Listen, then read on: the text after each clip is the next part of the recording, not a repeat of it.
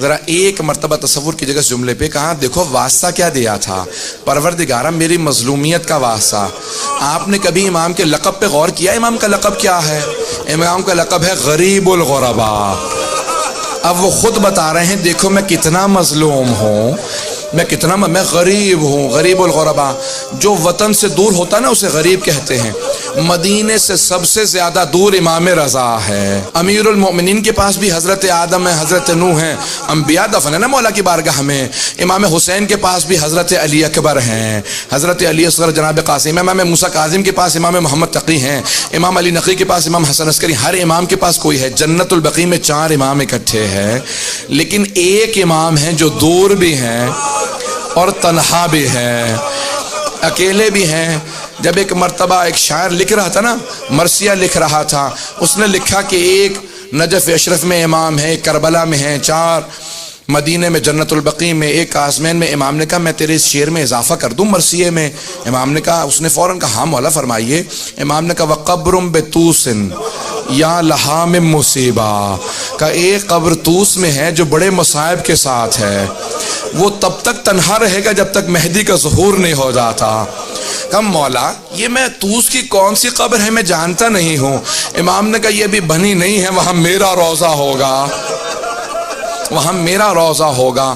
میں آپ سے روک کے ایک درخواست کروں گا اگر سب مجھے دیکھ سکیں، میں ایک جملے کو پیش کرنا چاہتا ہوں۔ تقریباً 20 برس پہلے میں امام کی شہادت پہ ان کے روضے میں گیا زیارت کے لیے۔ جب میں قم مقدس میں پڑھتا تھا تو میں جب گیا وہاں پہ تو مختلف تابوت لائے جا رہے تھے امام کے حرم میں۔ ایک ایسا تابوت لایا گیا جس پہ انگور تھے اور خواتین نے برقعوں میں تابوت کو پکڑ رکھا تھا، کچھ مرد حفاظت کے لیے تھے۔ اس پہ اتنی رقت تھی کہ میری کیفیت بدل گئی، میں منقلب سا ہو گیا۔ میں آگے بڑھ کے مردوں سے پوچھنے لگا یہ خواتین تابوت کیوں لائی ہیں؟ کہا آپ سید ہیں، آپ نے یہ روایت نہیں دیکھی؟ ایک ایسی روایت ہے نا امام کا تابوت خواتین نے اٹھایا تھا۔ بھئی امام کے سارے بھائی مدینے میں، ایک بیٹا مدینے میں، کہ امام سے زیادہ مظلومیت کسی کی نہیں۔ جو شیعہ خواتین تھی وہ ایک مرتبہ تابوت لے کے چلی۔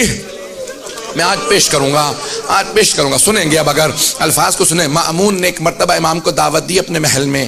جب امام جانے لگے تھے نا تو خواجہ ابا سلط ہروی بیٹھے تھے قریب میں۔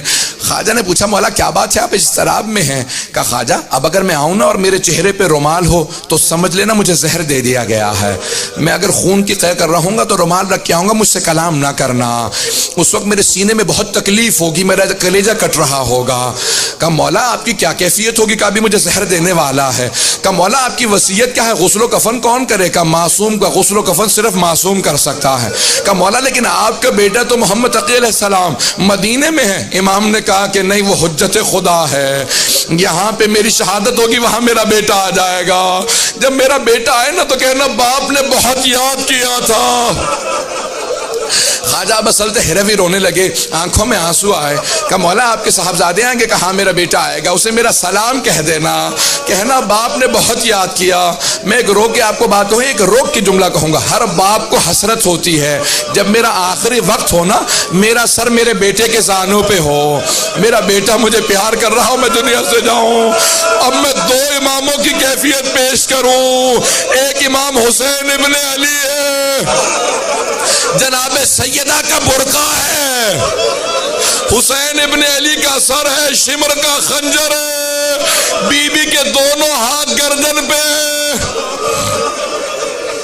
اور جب سارے انبیاء کہہ رہے تھے نا یا رسول خدا اب ہم نہیں دیکھ سکتے، اب میں نہیں دیکھ سکتا، تو ایک مرتبہ خود رسول خدا نے کہا یا علی اب آپ جانے اور حسین جانے۔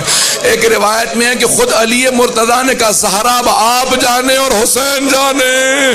جناب سیدہ نے کہا پروردگارہ تو گواہ رہنا، انبیاء نے رخ موڑ لیا لیکن میں دیکھ رہی تھی جب میرے بیٹے پہ خنجر چلا